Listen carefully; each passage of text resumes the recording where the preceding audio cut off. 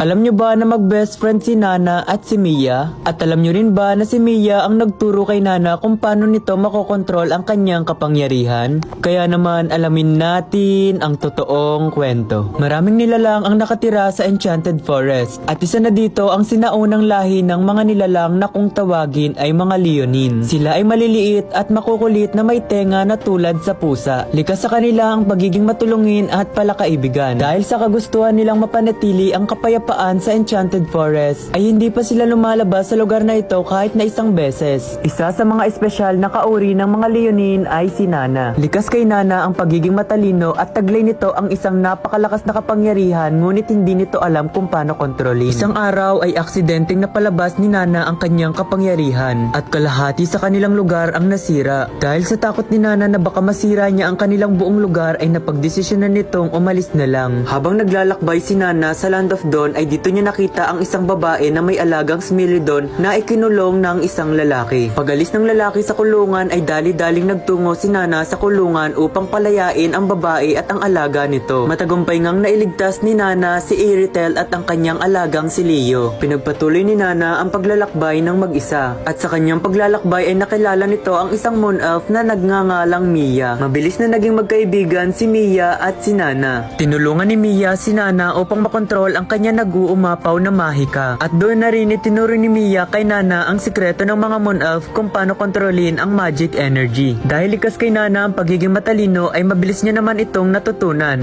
At simula noon ay natutunan na ni Nana kung paano kontrolin ang kanyang napakalakas na kapangyarihan. Magkasama na rin naglakbay si Mia at si Nana. At dito na nga nagtatapos ang ating kwento. Kung may gusto pa kayong malaman na kwento ng iba pang MLBB heroes, i-comment nyo lang sa comment section.